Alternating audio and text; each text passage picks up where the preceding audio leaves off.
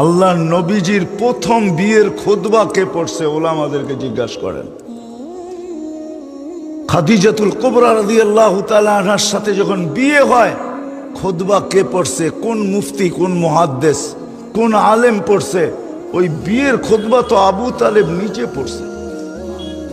এমন খুতবা পড়ছে কিয়ামত পর্যন্ত কোনো মুহাদ্দিসের পক্ষে ওরকম খুতবা দ্বিতীয় বানানো সম্ভব না। আমার মনে হয় দ্বিতীয় খুতবা বানানো সম্ভব না, যে ৪৪ বছর বাতিজাকে সিনার ভিতরে রাখছেন। চলেন একটা দিয়া বুঝাই, যদি বুঝে আসে। আনাস ইবনে মালিক রাদিয়াল্লাহু তাআলা আনহুর বাসায় মেহমান আসছেন, তো দস্তরখান বিছাইছেন, দস্তরখানে ময়লা ছিল, তো উনি উঠায়া, সামনে চুলা জ্বলতেছিল, মেহমানের জন্য পাকশাক হইতেছিল, উনি দস্তরখান উঠায়া চুলার ভিতরে নিক্ষেপ করছেন। সবাই তাকায় তাকায় দেখতেছিলেন যে এটা কি করলো, এটা তো পুরা ছাই হয়ে যাবে। একটু পরে উনি বাহির করে নিয়ে এসে ঝাড়া দিছেন, ময়লা পরিষ্কার, আগুন ময়লা খায়া ফেলছে, ছাই বানায়া দিছে। ঝাড়া দিছেন, পরিষ্কার হয়ে গেছে, দস্তরখান বিছায়া দিছেন। সবাই জিজ্ঞাসা করছে, আনাস এই জাদু কোত্থেকে শিখলে? তো বলতেছে এটা জাদু না, এই দস্তরখানি আল্লাহ রসুল খাইছিলেন আর এটার ভিতরে হাত মুছছিলেন। ওই দিন থেকে আমি দস্তরখানকে এইভাবে পরিষ্কার করি। ময়লা তো খায় বটে, কিন্তু দস্তরখানের একটা সুতা খাওয়ার ক্ষমতা রাখে না। যেই রসুলের হাতের ছোঁয়া লাগলে দুনিয়ার আগুন পাওয়ারফুল যতই হোক একটা সুতা জ্বালানোর ক্ষমতা রাখে না। আবু তালেবকে আল্লাহর রসুল নিজের হাতে কবরে রাখতেছিলেন আর চিৎকার দিয়া বলতেছিলেন, আম্মি আম্মি মা তারাক্তালি সাবিলা, চাচা আপনার ঋণ শোধ করতে পারলাম না, আপনি আমার জন্য শোধ করার কোন রাস্তা রাখলেন না।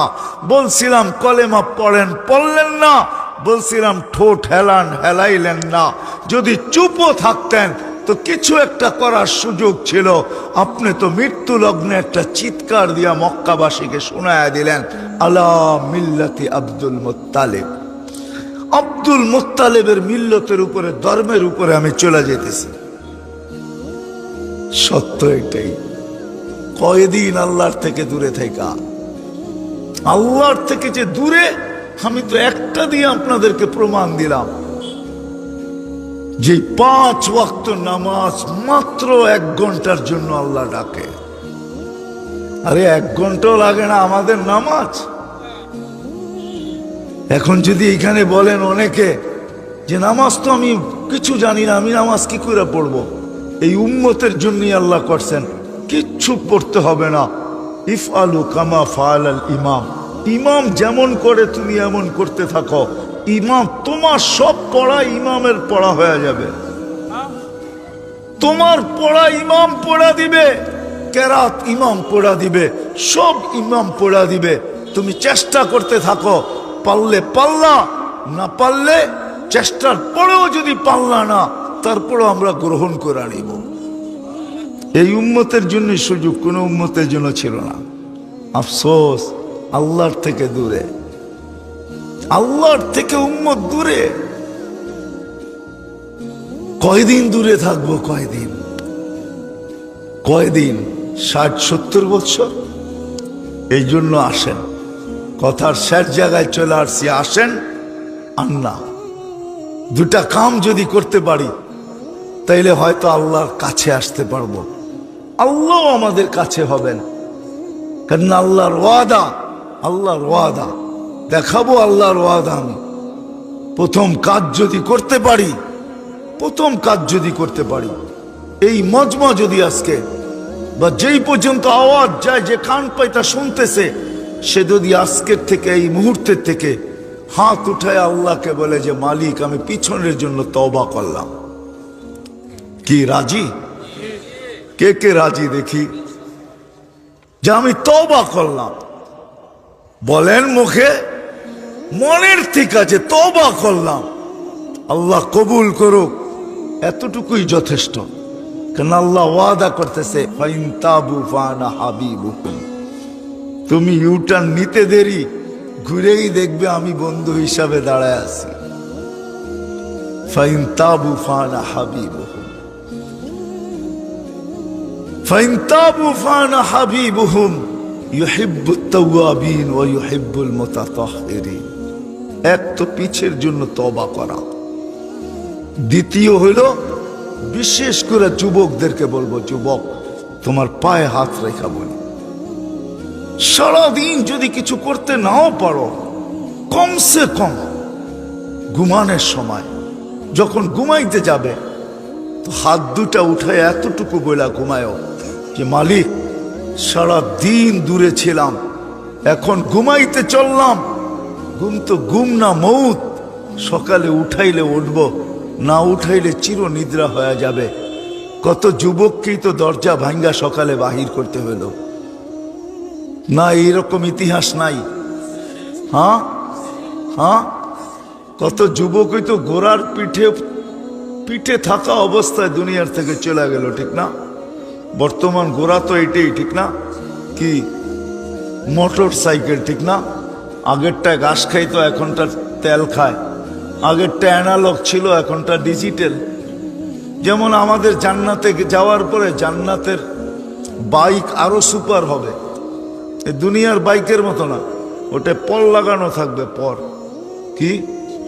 হ্যাঁ, সত্য বলতেছি। আল্লাহ রসুল জিজ্ঞাসা করছে মা তাস্তাহি আনফুসুকুম, আল্লাহ রসুলকে সাহাবা জিজ্ঞাসা করছে জান্নাতে ঘোড়া থাকবে? বলছে এই রক্তে মাংসের না, থাকবে মিন ইয়াকুতাতিন হামরা, লাল পাথরের তৈরি, টকটকে লাল স্টার রুবি দিয়ে আল্লাহ তৈরি করবেন। লাহু আজনিহাতান, দুটা ডানা থাকবে। ইয়ারকাবু ওয়া ইউসিরু হাইসু ইয়াশা, চড়বে আর যেখানে মনে চায় ওইখানে চোখের পলকে উড়া চলে যাবে। যুবকরা ভালো মতে শুনো কিন্তু, যেমন তোমরা বাইকে উঠলে হুঁশ থাকে না, আর পিছে যদি কেউ বসা থাকে তাহলে তো ফুল চার্জ, ঠিক না? মনে হয় আপনারা বোঝেন না, যুবকরা বুঝছে কি বুঝাইতে চাইছি, ঠিক না? পিছে যদি কেউ বসা থাকে তাহলে তো কি ফুল চার্জ না একবারে? জান্নাত এরকমই হবে, ঘোড়া একা উড়বে না, সামনেও একজন থাকবে, পিছেও একজন থাকবে, আবার যেখানে যাবে ওইখানে তো আসেই আছে। আল্লাহ ফুল চার্জে রাখবে জান্নাতীদেরকে, ওইখানে চার্জ 100টা পরিমাণও কমবে না। এই জন্যই তো হাদিসে বলে কুওয়াতু মিয়াতু রাজুল, 100 পুরুষের যৌবন শক্তি দিবে। কেমন চার্জ! তো যেটা বুঝাইতেছিলাম, যুবকদেরকে পায়ে হাত রেখা বলি, যখন ঘুমাইতে যাবে, কেননা ঘুম না মৌত, হাত দুটা উঠায় বলো মালিক সারা দিন তো আসতে পারি নাই, এখন ঘুমাইতে চললাম, কাল সকালে উঠাইলে উঠবো, নাইলে চির নিদ্রা। আমি আর তোমার থেকে দূরে থাইকা ঘুমাইতে চাই না, আমি হাত কিন্তু উঠায়া দিলাম তোমার কাছে আসার জন্য, তওবার জন্য হাত উঠায়া দিলাম, তওবা করে ঘুমাবো। কি যুবকরা রাজি? কে কে রাজি দেখি যে তওবা করে ডেলি ঘুমাবো? সত্য নামান, আল্লাহ তৌফিক দেখ, তৌফিক দেখ। কোরআন বলে ইয়া কওম ইস্তাগফিরু রাব্বাকুম ইন্নাহু কানা গাফফারা, মান লাজিমাল ইস্তিগফার। শয়তানকে যখন আল্লাহ বিতাড়িত করেন তো শয়তান আরো চেতে গেছিল, তো শয়তান আল্লাহকে বলতেছিল, বিতাড়িত করলেন, 1,85,000 বছর ইবাদত করলাম, তারপরও বিতাড়িত, চলে যখন যেতেই হবে তো কিয়ামতের সকাল পর্যন্ত আমাকে সুযোগ দেন। আল্লাহ বলে কেন? আপনার সব বান্দা গুমরা করে দেব। তো ফেরেশতারা বলে আল্লাহ একে সুযোগ দিয়েন না। তো আল্লাহ বলে যা, তোকে সুযোগ দিলাম। তো ফেরেশতাদের চিৎকার বাহির হয়েছে, আমরা না করলাম, ওইখানে বা করলাম মানুষ বানায়েন না, তাও শুনলেন না, এইখানে না করলাম, ওকে কিয়ামতের সকাল পর্যন্ত সুযোগ দিয়েন না, তাও শুনলেন না। তা আল্লাহ বলে শোনো, আমি ইস্তেগফার নাজেল করলাম, উম্মত যখন ইস্তেগফার করবে তখনই আমি মাফ করব। মা সালা ইস্তাগফির ফাগফির। আর তৃতীয় কথা, তৃতীয় ওয়াদা, আজকের থেকে কোনো অবস্থায় নামাজ ছাড়ব না। ওয়াদা। যুবকরা কি বলে মনে থাকবে? দিলে গাথো, আজকের থেকে আর কোনো অবস্থায় নামাজ ছাড়ব না। আল্লাহ কবুল করো। এই তিনটা জিনিস যদি করতে পারি, কসম খোদার, আমরাও আল্লাহর কাছে হয়ে যাব, আল্লাহও আমাদের কাছে হয়ে যাবে। আজকে যেরকম দূরে, আল্লাহও দূরে, আমরাও দূরে। আল্লাহকে দূর করে দিছি তো দূরে হয়ে গেছে, অথচ উচিত ছিল সব সময় আল্লাহর কাছে থাকা। এই তিন জিনিস যে করবে সে সব সময় আল্লাহর কাছে থাকবে। আর আল্লাহকেও কাছে করার উচিত ছিল, কেননা সমস্ত সমস্যার সমাধান ওনার হাতে, আমাদের কাছে না। আর এটাই আল্লাহর ওয়াদা, আমাকে যদি কাছে করো তো সমস্ত সমস্যার সমাধান আমি করে দিব।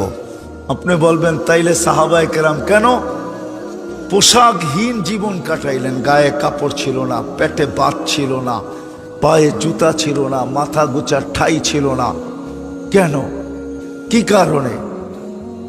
আল্লাহর রসুলকে তো আল্লাহ সমগ্র জগতের ভান্ডারের চাবি দিতে চাইছেন, চান নাই? মিকাইল আলাইহিস সালামের মাথায় দিয়া জিবরিল আলাইহিস সালাম নিয়ে আসছেন, বলছে আল্লাহ রাখতে চাইতেছে আপনার কদমে সমস্ত ভান্ডারের চাবি। কি করবেন? নিব না। 60-70 বৎসরের জন্য নিয়ে কি করব? জিবরিল নিব না।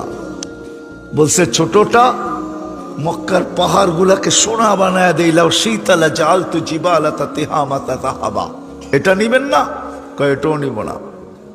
60-70 বৎসরের জন্য নিয়ে কি করব? কখন নিবেন ওটা পরের কথা।